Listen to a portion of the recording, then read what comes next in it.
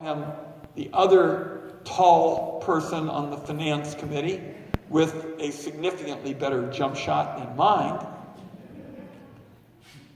But when Ronald Reagan and Bill Bradley got together, Bill Bradley flew all over the United States to work with Republicans in order to get a bipartisan tax plan. This Congress, you couldn't even get the majority to walk down the corridor to try to work with people. So this did not have to be last night. We did not have to have a betrayal of the middle class for some faceless multinational corporations. There was another path. In fact, this past week, 17 moderate Democrats got together. They asked me to come because they said, you've got the only bipartisan tax plan. And I did. And I voted for a number of their proposals, which, by the way, signaled really that had there been an effort to have a bipartisan plan, you would have gotten upwards of 70 votes for a bipartisan plan.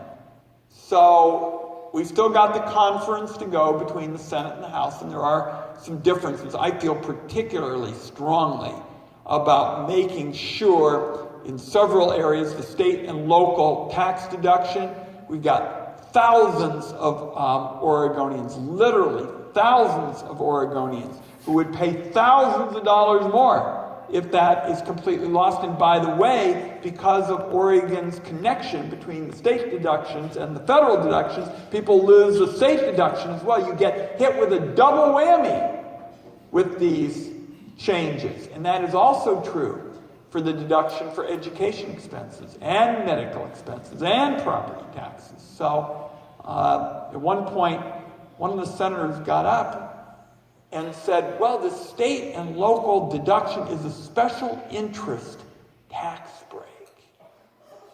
You know what the history of the state and local deduction is?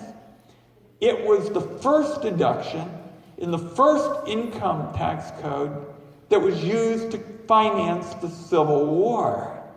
That doesn't sound to me like something cooked up by some lobbyist on K Street in Washington, D.C.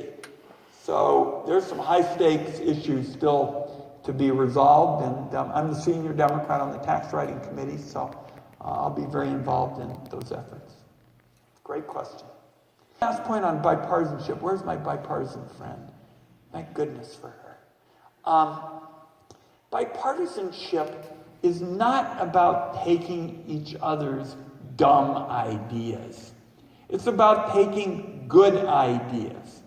And as I just mentioned, there are a number of areas where you can find common ground. In 2015, we were faced with a tax bill because so many things had expired and everybody said, oh, they aren't going to do anything.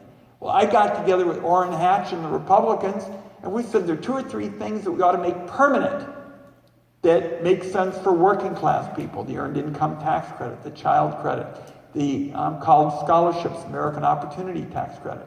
And there were things that Republicans wanted, like realistic write-offs for equipment and research and development costs. And I said, we can make common ground there. Those are things that both sides can come together, and we did. And actually, the ground was really laid for saying in January of 2017, let's build on what was done earlier and really get a bipartisan tax reform plan, that works. But in many respects, this bill takes broken stuff and makes it worse. We've already got too many incentives for shipping jobs overseas, and this proposal goes to something called territorial taxation, which is really a glide path to shipping even more American jobs overseas, because it means what it sounds like. You don't pay taxes if you're outside the United States. Jimmy.